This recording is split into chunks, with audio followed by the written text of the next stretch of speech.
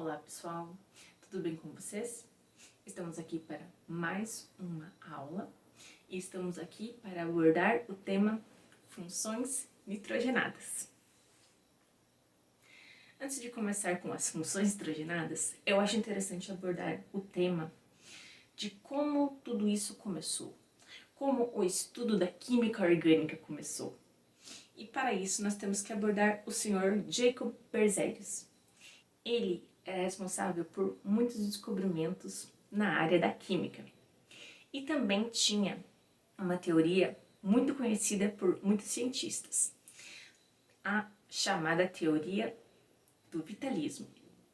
Essa teoria, ela dizia que não era possível sintetizar nenhum composto orgânico encontrado em animais ou plantas.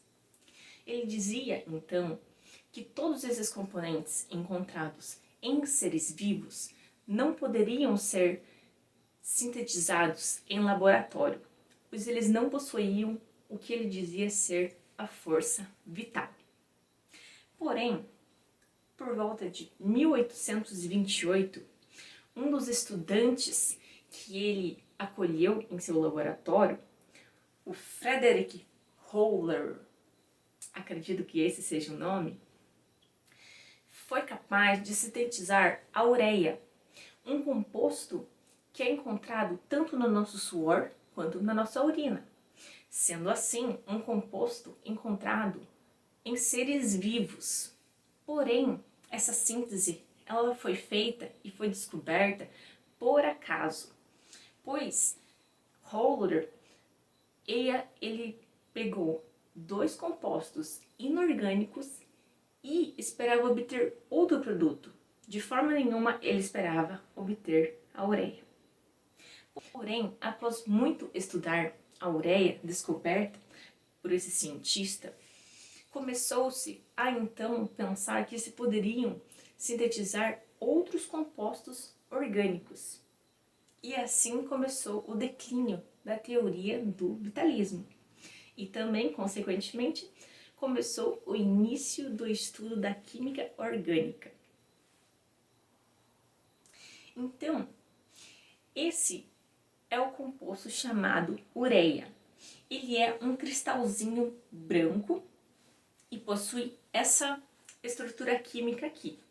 Um carbono fazendo dupla ligação com o oxigênio e também um nitrogênio fazendo ligação com hidrogênios e também um nitrogênio fazendo ligação com hidrogênios. Aqui nós temos também outras duas formas estruturais. A ureia ela é um composto que pode ser dissolvido tanto em água quanto em álcool.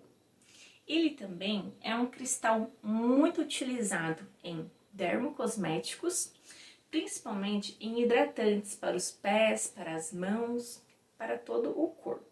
Né? Então, ele também é utilizado para alimentação de ruminantes, por exemplo, alimentação de bois e de vacas.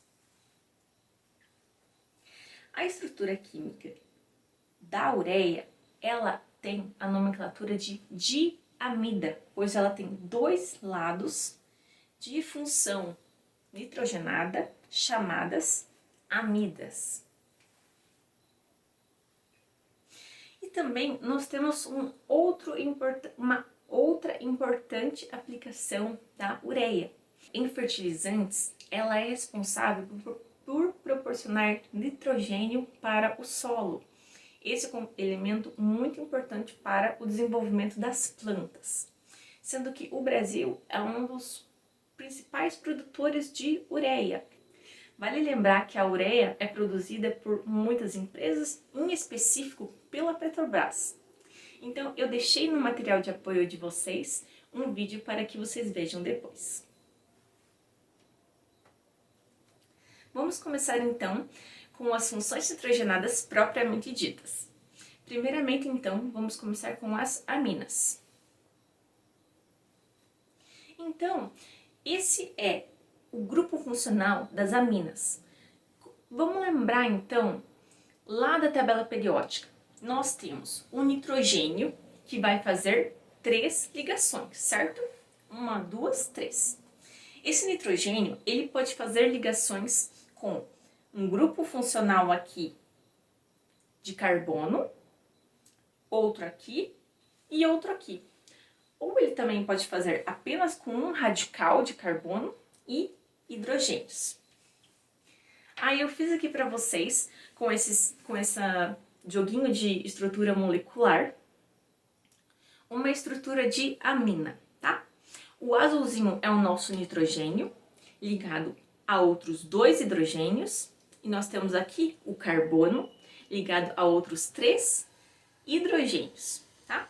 Então, essa é uma estrutura de uma amina. Lembre-se, então, vai ter em uma amina, a gente tem o nitrogênio, que pode estar ligado tanto a 3 carbonos, quanto a 1 carbono, 2 hidrogênios, ou 2 carbonos e 1 hidrogênio.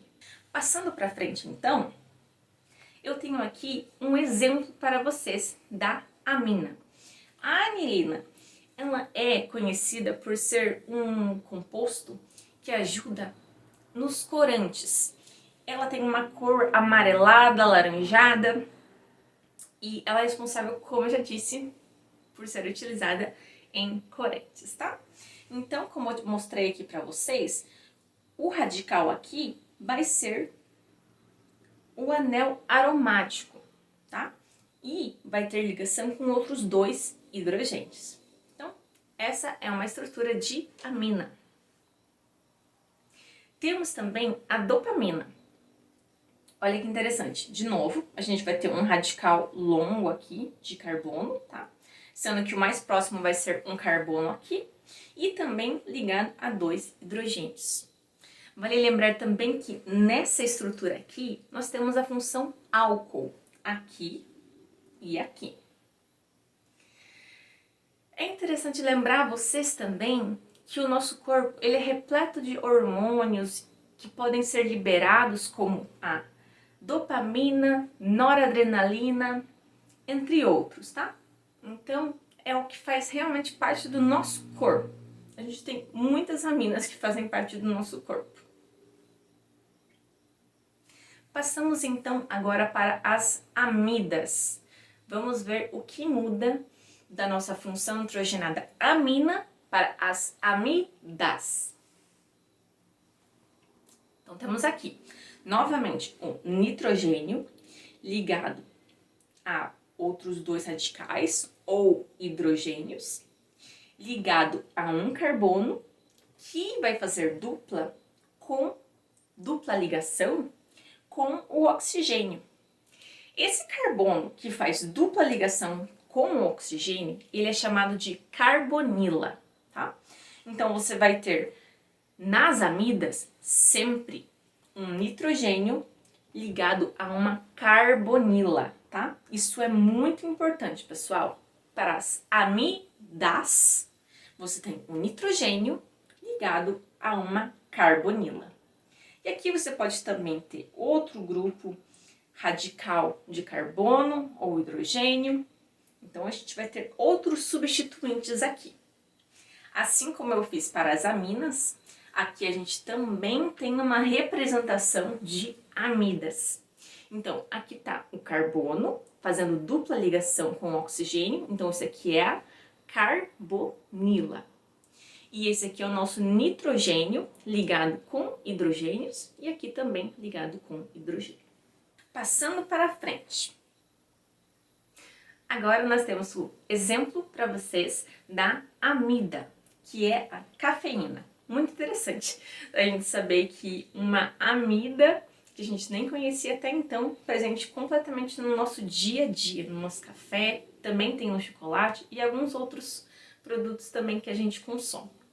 Então, a gente tem aqui o nitrogênio ligado ao carbono, que tem dupla com oxigênio, e aqui também. Dá pra gente ver claramente o grupo funcional das amidas. Esse é muito interessante. A penicilina, como todos sabem, é a origem dos antibióticos como nós conhecemos hoje.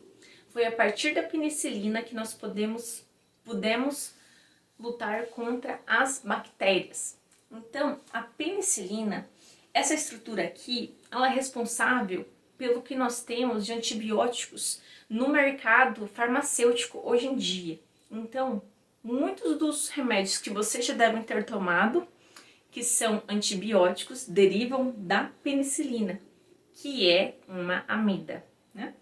Então, nós temos aqui novamente o nitrogênio ligado à carbonila, aqui também a mesma coisa, aqui não, aqui é um ácido, tá, pessoal? Mas aqui a gente tem claramente a amida, certo?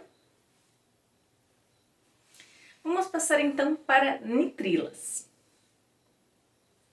As nitrilas vão ser esses grupos funcionais que vamos ter o carbono fazendo tripla ligação com o nitrogênio.